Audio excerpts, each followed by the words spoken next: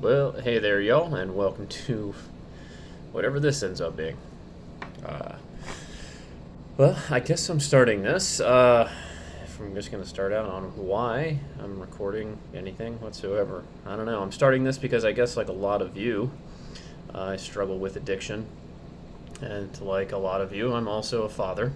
I'm also trying to live my best life and be the best man that I can be, while at the same time working through my recovery.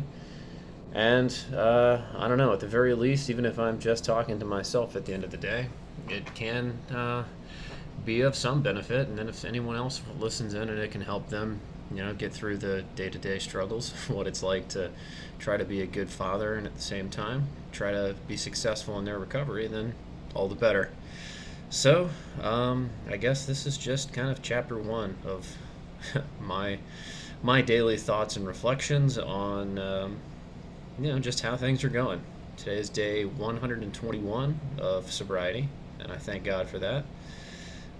Through Him, I can do all things, and that's something that I always try to keep in mind. A lot of people congratulate me on my sobriety because it was bad when it was bad, that's for sure. But no, through Him is His strength and His power the only way that I've been able to get this far. It's the only way I'm going to be able to keep going, and I always keep that in mind. I think there's a term that people use in recovery called white knuckling it, and it's the process wherein you think that your sobriety just means that you're not drinking, so then you rely on your own willpower. So you're white knuckling your way through this process, and essentially you're dry, you're not actually sober. So every time that you would walk into a store and you would see, liquor behind the refrigerator, you're clenching your fist, you're white knuckling it, you're trying to do it. It's because you're trying to do it by your own willpower. And if there's one thing that I know about this disease, it's you're not strong enough. You won't be able to do it. People can try to white knuckle it and go through their own willpower for a period of time, but what ends up happening invariably is things are going to go well and you'll be fine. But then when something external in life hits you, when the storms come and your only foundation is your own willpower, it's going to fall apart and you're going to go back into the disease. And I think that's what it counts on. So I rely on my higher power because He is strong enough for that.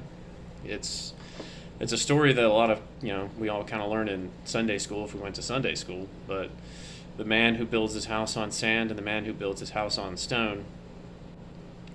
Story being, the man builds his house on the sand, and when the storm comes and it blows his house away and destroys everything. And then a man who builds his house on the rocks, the storm comes and the house still stands because he had a firm foundation, and that foundation being God and Jesus Christ. And a thing that I think a lot of people miss from that, the man who builds his house on the stone, the storm still came. I think there's a lot of people who believe that through prayer and belief in Christ and following in Christ, that means that we're somehow immune to the storms of the world, and that's not the case, and that's not what he's saying. What he's saying is when you have a firm foundation in Christ, when the storms come, it's still going to knock you around a bit, but as long as you have your foundation, then you won't fall. You won't go back into addiction, you won't go back into your old paths, you won't fall into the things that you used to do, which is why the white knuckling thing doesn't work. I tried it the first time several years ago when I tried to get sober, and I made it almost 3 months. But yeah, sure as anything, the first sign of something going wrong, as soon as something turned sour for me, my willpower failed, and it wasn't anything crazy. I think it always, for most of us, it'll turn into, well, I can just have one. My thought process was, I've been sober for almost 3 months now. I can have one. I've beat it. I've proven that I can go this long without drinking. That means I've beaten it. And yeah, you have that first drink, and the next it's 2, next day maybe it's 3. You're like, I can do this. It's no big deal. Within a month, most people, they're right back to it, waking up to drinking throughout the day. I mean, I was the type of alcoholic who, from the moment I woke up to the moment I fell asleep, and then I'd wake up around 3 a.m. to drink just so I wouldn't have the shakes, to do it all again. And for anyone who's going through that, just know there's a lot of us out there who are that way.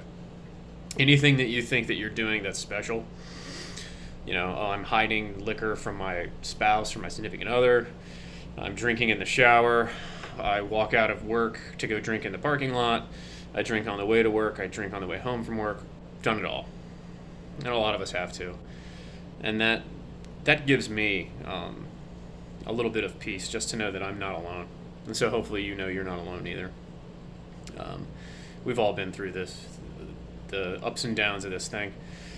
And it's important that we know we're not going through it alone, So just keep that in mind. Something I was thinking about this morning, and then I'll kind of call this first one done. And then, hopefully talk to y'all tomorrow. I went to a group a couple of nights ago, and a topic came up that a lot of alcoholics think. I know that I thought it when I first started going down the path of sobriety. And that was, if I get sober, I don't know who I am. And it's true. I would drink from the moment I woke up to the moment I went to sleep. I was drunk all the time. Any social event, if I was with my kids, if I was doing anything, I was always drinking. If I went to an event where there wasn't alcohol being served, I would always have like a water bottle filled with something in it. So who would I be sober? And it's a terrifying thought. And this came up the other night, and someone said the same thing. I'm afraid of who I might be when I'm sober. And the first thing I said was, I can guarantee you sober is not going to be worse than you drunk. So if you're afraid that the alcohol was somehow making you a better person and that you would become worse sober, not going to happen. So you can go ahead and put that fear away. Sobriety never made somebody worse. But the bigger point that I think I had was the whole idea of who am I? We can all get caught up in that. I don't know who I am. Who am I? And the conclusion that you have to come to is you are something different to everyone that you come in contact with. And you're not even who you think you are, because you're going to change. We all change. If we couldn't change, then we wouldn't be trying to get sober right now. We're variable. Everyone is variable. I am who I think I am right now, but that's different than who my kids think I am. That's different than who their mother thinks I am. That's completely different than who my employer thinks I am, because they all have different interactions with me and different relationships.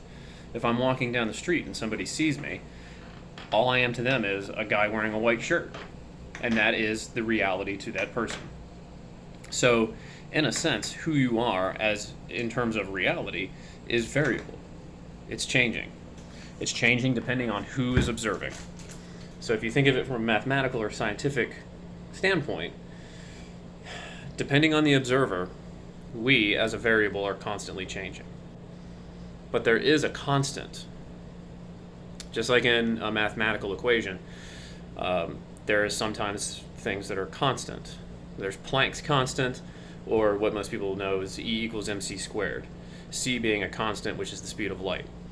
It's what allows that formula to work. Energy is equal mass times the speed of light squared, speed of light being constant. And the constant that is in our life is God. He is the only non-changing variable. So when it comes to determining, our thoughts about who we are, or what are people going to think of me, none of that matters, because we're all changing variables constantly. The only thing that's not changing and remaining constant is God.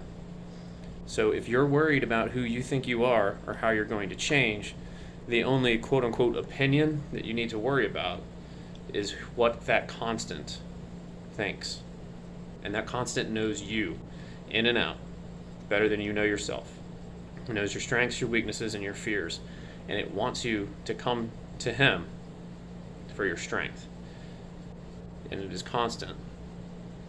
So as you go through life and as you go through this journey of sobriety, you're going to change, the people around you are going to change, and that's a good thing. But as long as you make sure that your relationship with your constant in this variable-ridden life, God, that you're consistently trying to live up to that standard, then you'll be fine.